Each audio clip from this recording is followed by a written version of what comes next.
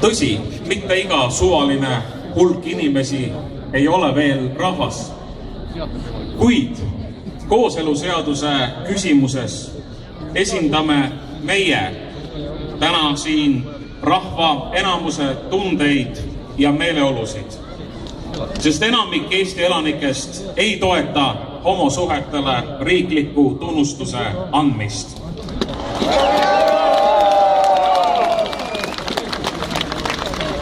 Ma usun, et ma ei eksi, kui ma ütlen, et me oleme tulnud täna siia Toompeale peamiselt 3 põhjusel.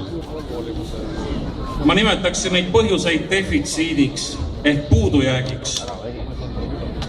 Eesti ühiskond on vajunud kõikehõlmavasse kõlbelisse ja vaimsesse kriisi. Ja see on asetanud muuhulgas tohutu surve abielule ja perekonnale. Perekonna ja abielu mõiste ümbermääratlemine, millele kooseluseadus vastuvõtmise korral ukse avab, ei ole paraku lahendus, vaid see on probleemide edasine süvendamine. Kas moraali saab parandada meelt avaldades? Seda mitte. Küll aga saab avalikult toetust avaldada väärtustele, mis peaksid olema meie elu aluseks. Kaasvõitleja Varro Vooglaid ütles üleeile televisioonis suurepäraselt. Küsimus on ennekõike ideaalides. Me teame, et iga kultuur, iga ühiskond, iga riik lähtub mingisugustest ideaalidest. Kas me säilitame austuse oma ideaalide vastu või viskame need ideaalid kõrvale? Ütleme, et elu on edasi läinud ja muutunud teistsuguseks. Teiseks, meie riigis on praegu kahtlemata väga suur demokraatia defitsiit. Parlamendi praegusel koosseisul puudub kooseluseaduse vastuvõtmiseks poliitiline mandaat rahvalt.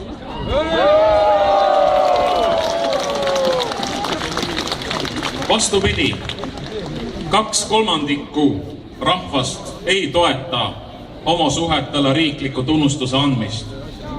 Ja veel, mitte ühegi parlamendi erakonna valijate enamus ei toeta kooseluseaduse vastuvõtmist. Need on faktid, millele iga Riigikogu liige peaks mõtlema.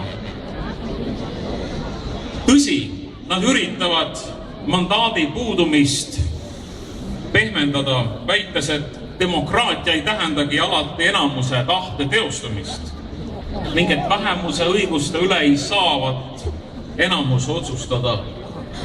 Ja seetõttu ei olevat võimalik antud eelnõu rahvahääletusele panna, vaid et see tuleb avalikust arvamusest hoolimata vastu võtta.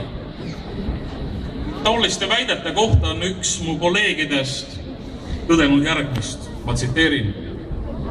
Puht filosoofiliselt ongi demokraatia rahvaenamuse valitsus vähemuse üle. Kui me unistame ajast, mil valgustatud vähemus, aristokraatia, valitseb rumala ja tigeda enamuse üle, siis see ei ole enam demokraatia.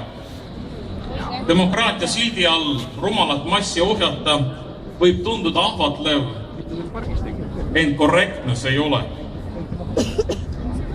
Kolmas põhjus, miks oleme täna Toompeal, on rahva respekteerimise defitsiit ehk lihtsalt öeldes lugupidamise puudumine valitsejate poolt.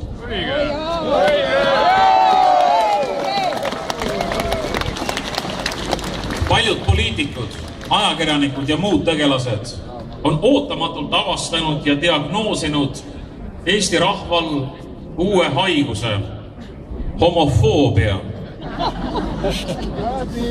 Muide, sarnaselt leidis 1934. aastal tollane riigivanem Konstantin Päts, et Eesti rahvas on haige ja teda tuleb ravida.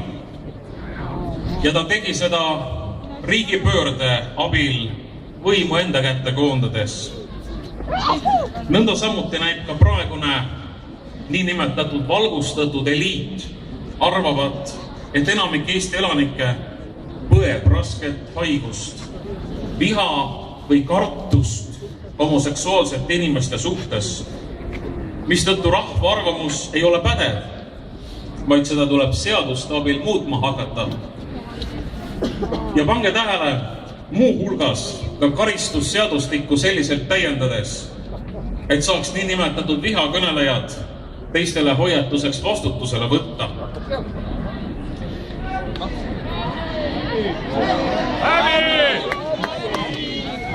Alates kevadest on nii juhtivad poliitikud kui ka teatud meediaväljaanded temmeldanud kooseluseaduse vastaseid järjepidevalt sallimatuteks, vihkajateks, venemeelseteks, Kremli ja Putini käsilasteks.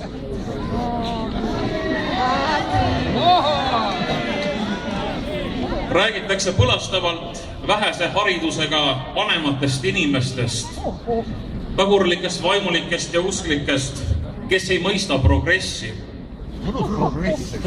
Tekib küsimus, kui tegemist on progressiga, siis miks surutakse nii head ja õiget asja peale autoritaarsetele või totalitaarsetele ühiskondadele omaste meetoditega, rahva hirmutamise, vastuolijate sildistamise, tegelike eesmärkide varjamise, poliitilise manipuleerimise ja massiivse propaganda abil.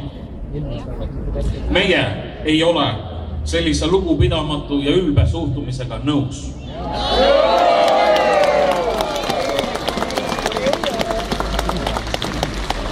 Kui midagi ühiskonda lõhestab, siis just võimul olijate selline käitumine.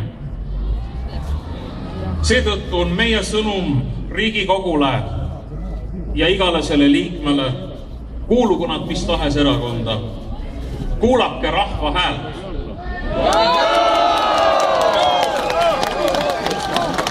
Austage inimeste kõige sügavamaid veendumusi, ärge lõhestage ühiskonda ega suurendage pingeid.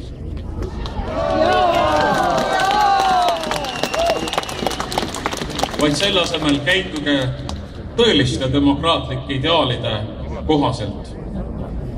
Ja see, head riigikogulased, kuidas te järgmisel nädalal kõnealuses küsimuses hääletate, see jätab jälje ja see paraku mõjutab ka meie riigi edasist käekäiku ja saatust. Aga ma olen üsna kindel, et meie võitlus, head sõbrad, ei lõpe täna siin Toompeal, vaid see kestab edasi.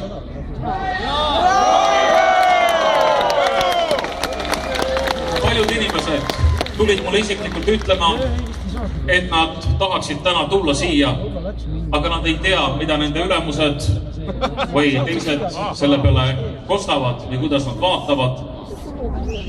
Ma soovin, et meil oleks julgust, et meil oleks kindlameelsust ja väärikust, sest me seisame õige asja eest.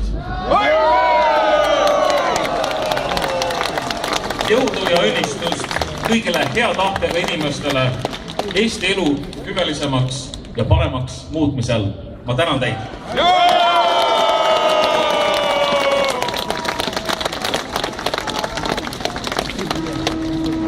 Suur tänu!